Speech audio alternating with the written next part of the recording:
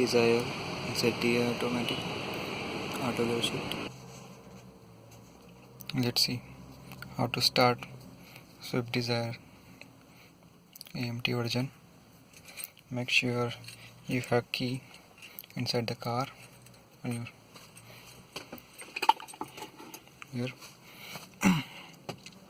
there is a start button.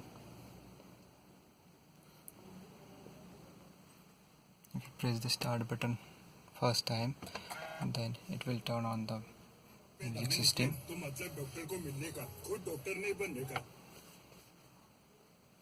If you press it again, the whole instrument cluster will be on.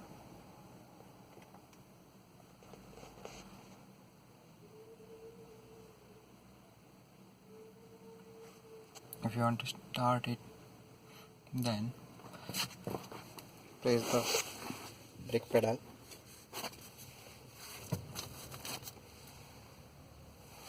When you press the brake pedal, the green light will be glow like this one. Make sure the gear is on neutral mode. Where you can select the neutral mode. The gear is on neutral. Then press the start button again. Here you go. Car started.